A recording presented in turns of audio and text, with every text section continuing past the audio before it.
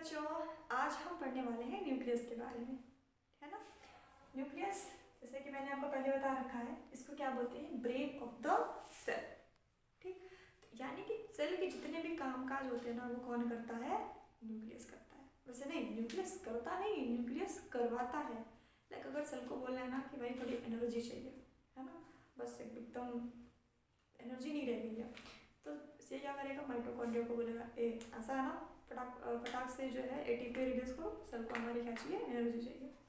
तो ये क्या करता है ना कि सारे जितने भी ऑर्गेनल्स हैं उनको कंट्रोल में रखता है, इसीलिए इसको हम क्या बोलते हैं? Brain of the cell.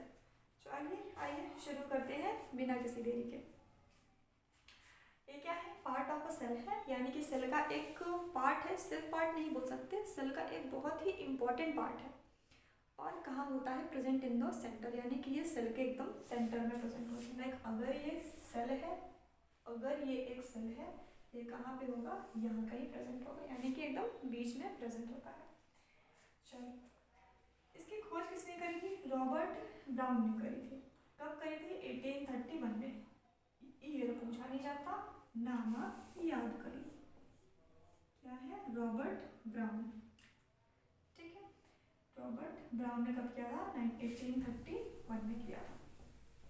Next है हमारा, it is called as brain of the cell. इसको क्या कहा जाता है? Brain of the cell. इसको ब्रेन ऑफ द सेल क्यों कहा जाता है, मैंने आपको ये भी बता दिया, क्योंकि ये सेल की जितनी भी एक्टिविटी होती है ना, ये इनको कंट्रोल करके रखता है, सारी एक्टिविटी को कंट्रोल करता है। और जितनी भी इसीलिए इसको ब्रेन ऑफ द सेल कहा जाता है। नेक्स्ट है हमारा, it has double layer membrane called nuclear membrane.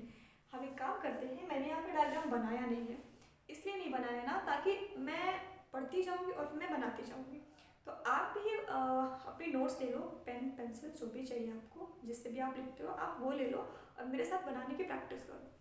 ठीक है, मैं अगर बना के लाती हूँ तो फिर आप कंफ्यूज हो जाते हैं कि यार ये सेल मेम्ब्रेन अभी तक पढ़ा रही थी, अभी न्यूक्लियर मेम्ब्रेन आ गया, फिर इन्वेलप आ गया, फिर न्यूक्लियोप्लाज्म आ गया, तो ये क्या चीज़ कहाँ पे ना बहुत ज़्यादा इंटरकनेक्टिंग हो जाएगा और फिर वो समझ में नहीं आएगा। इसीलिए आप मेरे साथ बनाते चलो, मैं भी यहाँ पे ड्रॉ कर रही हूँ, आप भी मेरे साथ ड्रॉ करो।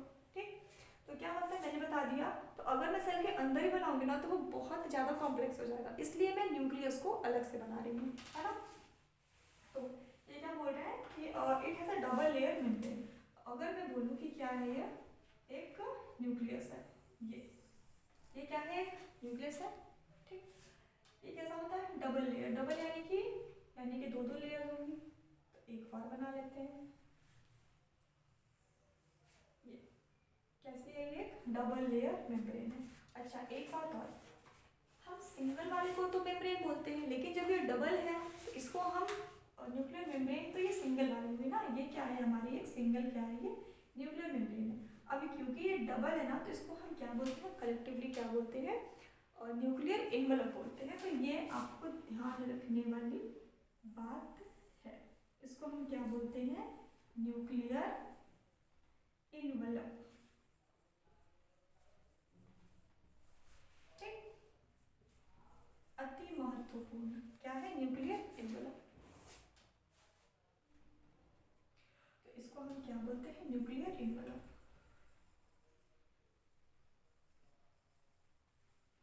न्यूक्लियर इन्वेलप बोलते हैं। इतनी बात समझ में आ गई कि क्या है ये?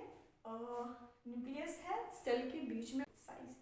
अब आ जाते हैं डबल मेम्ब्रेन। डबल लेयर होता है, इसको हम क्या बोलते हैं? न्यूक्लियर इन्वेलप बोलते हैं। सिंगल वाले को क्या बोलते हैं? न्यूक्लियर मेम्ब्रेन बोलते हैं। ठीक है, ये क्या करता है? विच कवर द न्यूक्लियस। ऑब्वियस सी बात है, अगर ये न्यूक्लियस है तो ये क्या करेगा? इसको कवर करेगा। ये हो गई इतनी बात।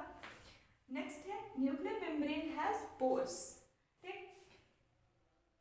Nuclear membrane has pores. Pores यानी कि छेद, यानी कि इसमें छोटे छोटे छोटे छोटे क्या होते हैं? ऐसे पोर्स होते हैं। अगर मैं इसको यहाँ पे ऐसे मिला लूँ तो मैं कुछ गलत काम तो मैं नहीं कर रही हूँ। ठीक है, तो क्या हो गया? छोटे छोटे छोटे छोटे छोटे छोटे क्या बन गए? पोर्स बन गए। ठीक है, चलो क्या करते हैं? ये न्यूक्लियर पोर्स का फंक्शन क्या है? इनको हम क्या बोलते हैं? Nuclear pores.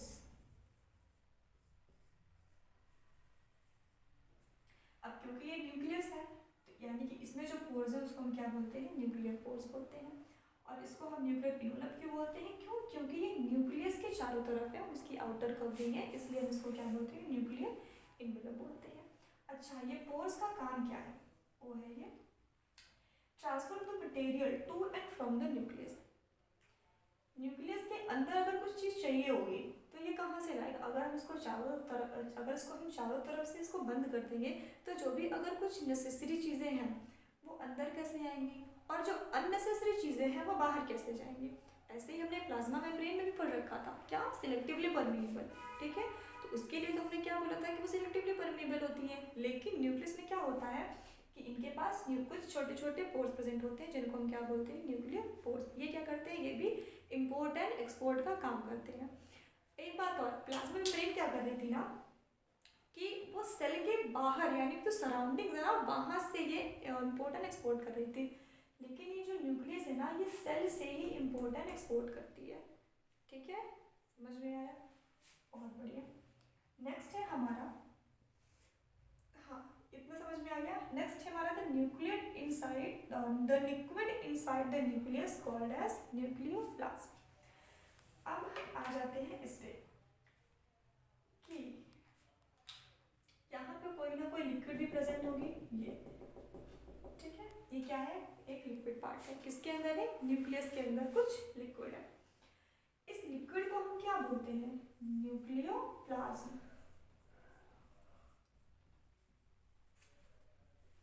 इसको हम क्या बोलते हैं? न्यूक्लियोप्लाज्म। क्यों? क्योंकि ये न्यूक्लियस के अंदर है।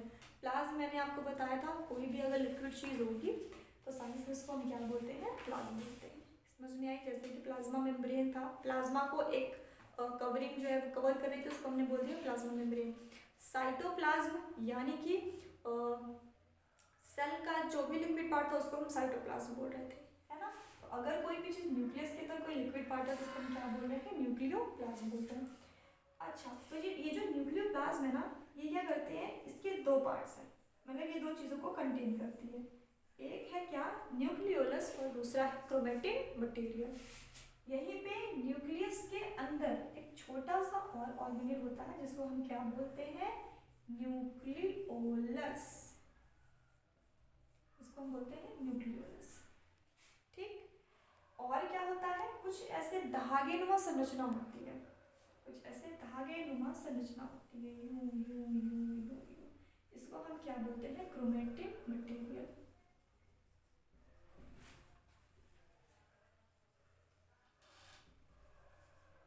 इसको हम क्या बोलते हैं? Chromatin material.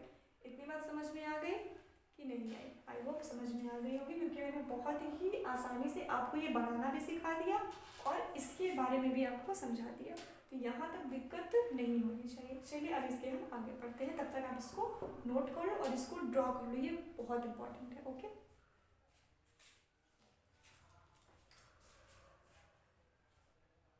हमने न्यूक्लियस के बारे में एक ओवरव्यू देख लिया था। ये क्या होता है? ये क्या होता है? सेल का एक पार्ट है, सेल के मिडिल में होता है, सेल का सबसे लार्जेस्ट पार्ट है। ठीक है, इसको हम ब्रेन ऑफ द सेल बोलते हैं। और डबल लेयर मेम्ब्रेन होती है जिसको हम न्यूक्लियर इनवेलप बोलते हैं। उसमें बीच बीच में क्या होते हैं? छोटे छोटे से पोर्स होते हैं जिसको हम क्या कहते हैं? न्यूक्लियर पोर बोलते हैं। और न्यूक्लियस में जो लिक्विड इसका मटेरियल होता है उसको हम क्या बोलते हैं? न्यूक्लियोप्लाज्म बोलते हैं। न्यूक्लियोप्लाज्म में हमें मेनली दो चीज़ें मिलती हैं। क्या? एक होता है न्यूक्लियस, एक होता है क्रोमेटिन मटेरियल। अब हम इसी के बारे में फर्दर पढ़ने वाले हैं। तो हमने नीचे लिख रखा था, वैसे मैंने यहाँ पे लिखा था बट मैंने उसको हटा दिया। क्या है? न्यूक्लियोलस। न्यूक्लियोलस का क्या काम है? क्या होती है? राउंड होती है, विच इज राउंड। ठीक है,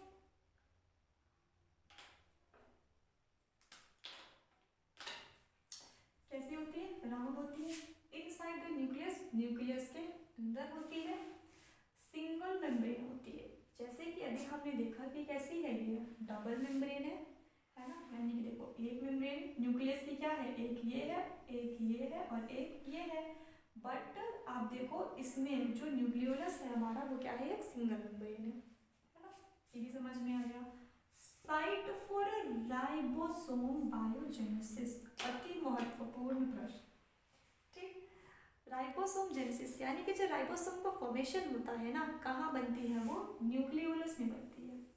इसको आँख, कान, नाक, मुंह, किडनी, गुर्दा सब में घुसा लो कि राइबोसोम कहाँ बनती है, न्यूक्लियोलस में बनती है। ठीक है, आ जाओ शुरू करते हैं नेक्स्ट। फिर हमने पढ़ा क्रोमेटिन मटेरियल। क्रोमेटिन मटेरियल क्या है? It is an entangled, entangled यानी एक उलझा हुआ, यानी कि एक उलझा हुआ mass of thread like structure. Mass यानी कि एक गुच्छा, ठीक है, एक ऐसे धागे नुमा, जैसे कि बाल, बाल तो नहीं, धागा ले लो आप, ऊन, ऊन समझ लो। ऊन पहले ऐसे ना लच्छे में ऊन आते थे, अब तो ऊन कोई खरीदता ही नहीं है, ठीक है, तो ऐसे लच्छे में आते हैं। तो आप देखो ना बहुत ज़्यादा वो उलझे से रहते हैं, तो ऐसे उलझा हुआ क्या होता है हमारा क्रोमेटिन मटेरियल होता है। इसी को हम क्या बोलते हैं? थ्रेड लाइक स्ट्रक्चर बोलते हैं। देखो एकदम ऐसे धागेनुमा संरचना होती है और वो एक दूसरे से ऐसे उलझी हुई होती है। यहाँ तक क्लियर है?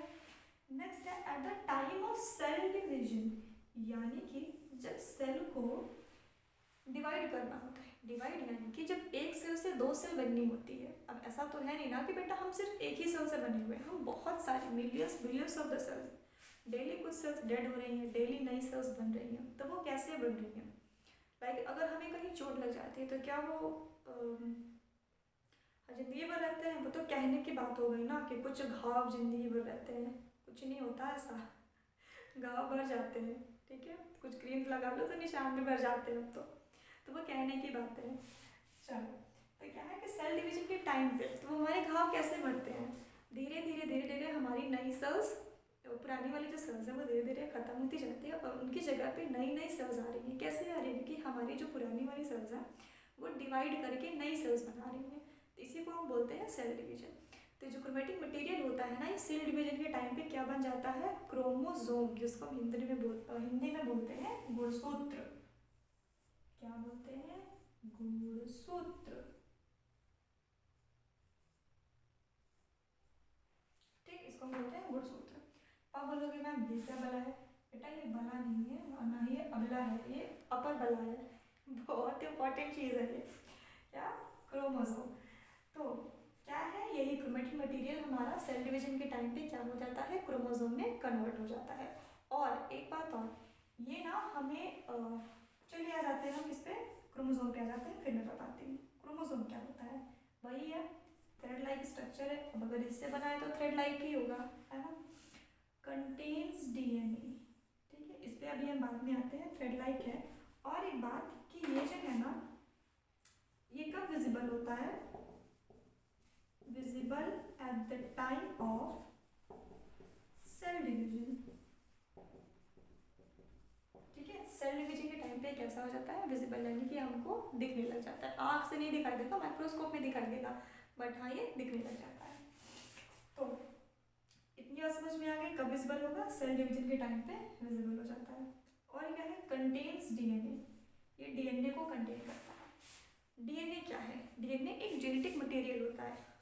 अब आप बोलोगे दीदी आप क्या बार बार बोले चले जा रहे हो, genetic material, chromosome, chromatin.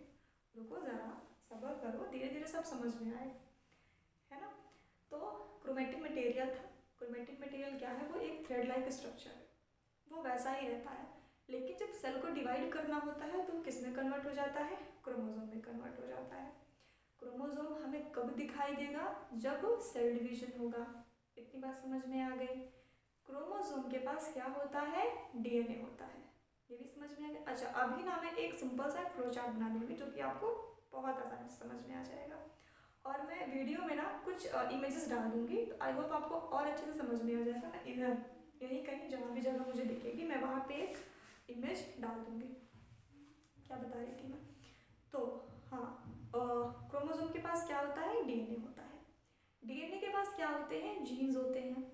DNA के जो फंक्शनल पार्ट्स होते हैं, यानी कि सारे पार्ट्स नहीं, जो वो वाले पार्ट्स जो उसके काम वाले पार्ट्स हैं, ठीक, यानी कि जो किसी एक चीज़ के किसी एक पर्टिकुलर चीज़ के लिए फंक्शन कर रहे हैं, उसे को हम क्या बोलते हैं? जीन बोलते हैं। और ये जीन क्या करती हैं? ये एक इंफॉर्मेशन को कैरी करती हैं एक जनरेशन से दूसरी जनरेशन तक। समझ में आया बेटा? यहाँ तक आया कि सर से उड़ गया कि यहाँ भी नहीं पहुँचा? फिर से समझाते हैं। देखो ये क्या करते हैं? डीएनए को जो क्रोमोसोम होते हैं डीएनए को कंटेन करते हैं। जो कि जीन्स को कैरी करते हैं। डीएनए का आपने स्ट्रक्चर देख रखा होगा, एक minute, I hope you don't mind अगर मैं इसको इरेज कर दूँ। क्रोमैटिन थ्रेड है, ये क्या है हमारा क्रोमैटिन थ्रेड हो गया ये, ठीक। क्रोमैटिन थ्रेड से मैंने क्या बना लिया, चलो अगर मैं यहाँ पे बोलूँ, ये है हमारा क्या, एक क्रोमोसोम, ये क्या है, एक क्रोमोसोम है हमारा, ठीक है। इसी क्रोमोसोम में ना मतलब ये क्रोमोसोम है ना, ये क्या होता है, डीएनए से ही बना होता है पूरा। और हमारा डीएनए कैसा होता है, डीएनए हमारा कैसा हो, ये कुछ ऐसा हो, जैसा भी हो, ठीक है। ये हो गया डीएनए।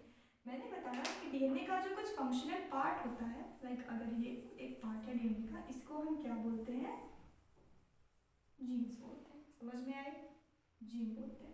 बहुत सारे होते हैं, लाइक ये भी है ना, बहुत सारे होते हैं, बहुत सारे होते हैं। एक सिंगल क्या है, जीन्स, जब बहुत सारे हो जाते हैं तो उसको क्या बोलते हैं, जीन्स बोलते हैं, ठीक है।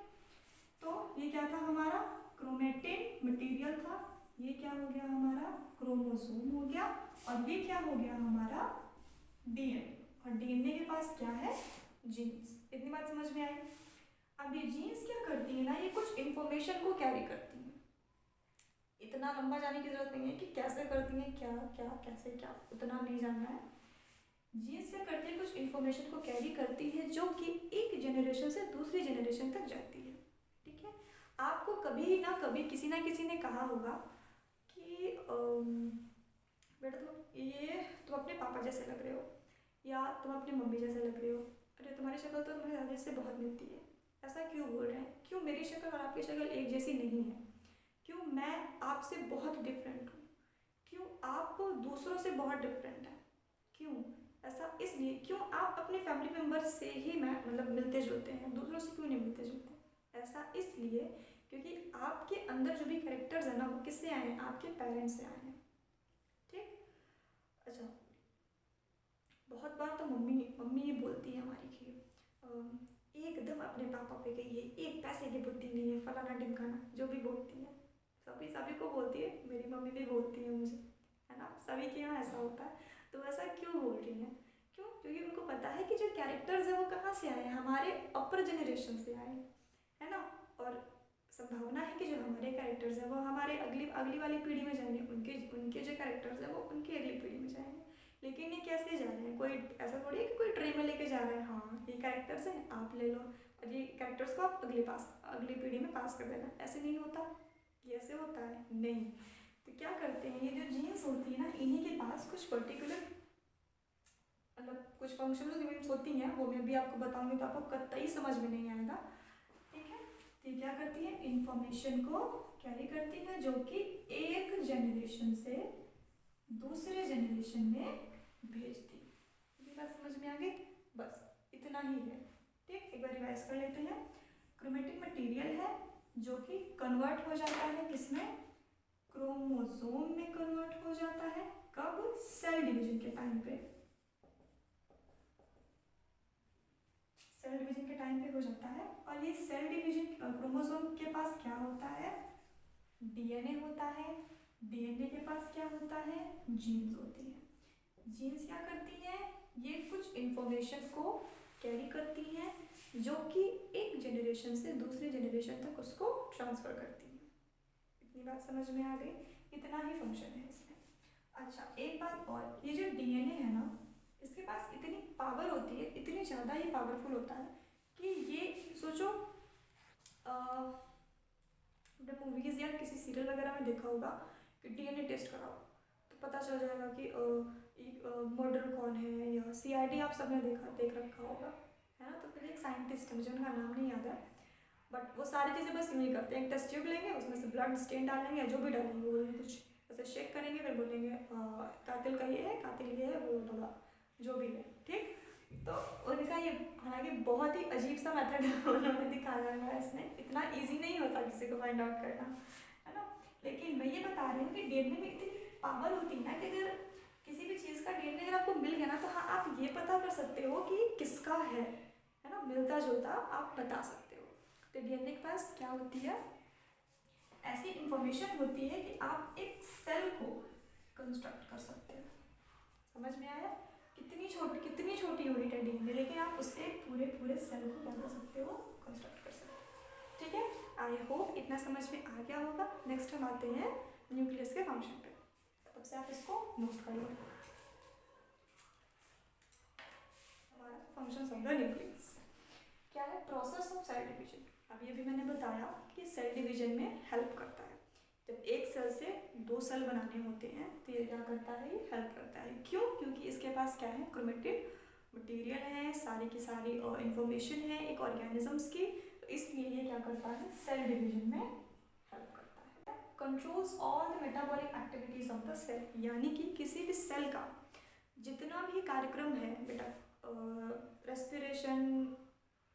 रेस्पिरेशन है और जो भी है एनर्जी प्रोडक्शन है या बाकी की जो भी चीज़ें हैं, रेस्पिरेशन, डाइजेशन या जो भी चीज़ें हैं, वो सब कौन कंट्रोल करता है, वो हमारा कौन करता है, न्यूक्लियस ही कंट्रोल करता है। इसीलिए इसको क्या कहा जाता है, ब्रेन ऑफ द सेल। जैसे कि हमारी बॉडी में जितनी भी चीज़ें हैं वो किसके थ्रू रेगुलेट हो रही हैं या कंट्रोल हो रही हैं, हमारे ब्रेन के थ्रू। हमारा बोलना, सुनना, खाना पीना, पढ़ना लिखना, जागना, चलना, किसी से बातें करना, किसी के बातों में फंसाना, कमोलिका बनना ये सब कौन डिसाइड करता है, हमारा न्यूक्लियस डिसाइड करता है। ठीक है, वो अलग बात है कि आपका दिमाग आपके घुटने में हो तो उसकी गारंटी मैं नहीं ले सकती कि वो क्या डिसाइड कर रहा है। ठीक, चलिए ट्रांसमिशन ऑफ हेरिडिटरी। अभी मैंने बताया कि इसके पास क्या होता है, डीएनए होता है, और डीएनए क्या होता है, एक जेनेटिक मटेरियल है। जेनेटिक मटेरियल का मतलब है कि ये जो भी कैरेक्टर्स है ना मम्मी पापा के, वो बच्चों में भेजने का काम करता है। कौन? डीएनए। सॉरी, डीएनए के पास वो चीज़ होती है, भेजने का काम कौन करता है, न्यूक्लियस। ठीक, इतनी बात समझ में आ गई। तो क्या करता है, ट्रांसमिशन, यानी कि उसका क्या कर रहा है, ट्रांसपोर्ट कर रहा है किस चीज़ का, हेरिडिटरी इंफॉर्मेशन का। यानी कि जो भी चीज़ें हैं, कैरेक्टर्स हैं, वो एक जनरेशन से दूसरी जनरेशन में जाए, उसको भेजने का काम कौन कर रहा है, हमारा न्यूक्लियस। नेक्स्ट क्या है, डिटरमाइंस द सेल डेवलपमेंट। ये सेल डेवलपमेंट को डिटरमाइन करता है। ठीक है, ऐसा है तुम मेच्योर हो गए हो रहे हो, कुछ चाहिए तो मुझे बताओ। ठीक है, जैसे हम सबके घर में एक कोई हेड होता है, लाइक पापा मम्मी होते हैं ना, बोलते हैं ना कि बेटा किसी चीज़ की नीड होगी तो बताना। ठीक है, हाँ दे भले ना, पूछते जरूर हैं वो अलग बात है, देते कुछ भी नहीं है, पूछते जरूर हैं, कुछ चाहिए तो नहीं, बोलो हाँ आईफोन चाहिए, पता चला तो चप्पल अलग से पड़े। ठीक है, तो क्या करते हैं, सेल डेवलपमेंट को डिटरमाइन करते हैं और सेल मैच्योरिटी को भी डिटरमाइन करते हैं। नेक्स्ट क्या है, अच्छा एक बहुत इंपॉर्टेंट बात है कि बैक्टीरिया में, जो बैक्टीरिया होते हैं ना, इनका जो न्यूक्लियस होता है उसके पास बेटा मेम्ब्रेन नहीं होती है। जैसे कि हमारा क्या था, जो जेनेटिक मटेरियल था ना हमारा, लाइक जो हमारा लाइक ये क्या है, हमारा न्यूक्लियस है, ये है न्यूक्लियोलस, ये न्यूक्लियस, और यहाँ पे क्या था, ये देखो जेनेटिक मटेरियल है ये हमारा, या कह लो क्रोमेटिन, सॉरी क्रोमेटिन मटेरियल, समझ लो जेनेटिक तो कंफ्यूज हो गया तो ये क्या है, क्रोमेटिन मटेरियल। क्रोमेटिन मटेरियल, तो देखो आप ये जो क्रोमेटिन मटेरियल है हमारा, इसके चारों तरफ ये किस में है, न्यूक्लियस में बाउंड है। इनके पास वो न्यूक्लियस होता ही नहीं है, गायब है। तो अगर ये एक बैक्टीरिया है ना, अगर मान लो ये क्या है, एक बैक्टीरिया है, मान लो ये क्या है, एक बैक्टीरिया है, तो बैक्टीरिया में अगर मैं एक बनाऊँ, इसका जो भी क्रोमेटिक मटेरियल है, जो भी इसका जेनेटिक मटेरियल है ना, तो ऐसे ही इसके साइटोप्लाज्म में कैसा होता है, ऐसे तैरता रहता है, कोई भी प्रोटेक्टिव कवरिंग नहीं है, कोई भी आउटर कवरिंग नहीं है, कोई भी न्यूक्लियस नहीं होता। इसीलिए हम इसको क्या बोलते हैं, न्यूक्लियोइड बोलते हैं। क्या बोलते हैं, न्यूक्लियोइड, और ये बहुत इंपॉर्टेंट है। ठीक है, ये इसको हम क्या बोलते हैं, न्यूक्लियोइड बोलते हैं। आई होप इतनी बात आपको समझ में आ गई होगी। नहीं आई होगी तो प्लीज़ आप मुझे कमेंट करके बताइएगा कि आपको कौन सा पार्ट नहीं समझ में आया, और अगर कहीं कुछ मिस्टेक हुई हो तो आप वो भी मुझको बता सकते हैं। And please if you like my video do subscribe my channel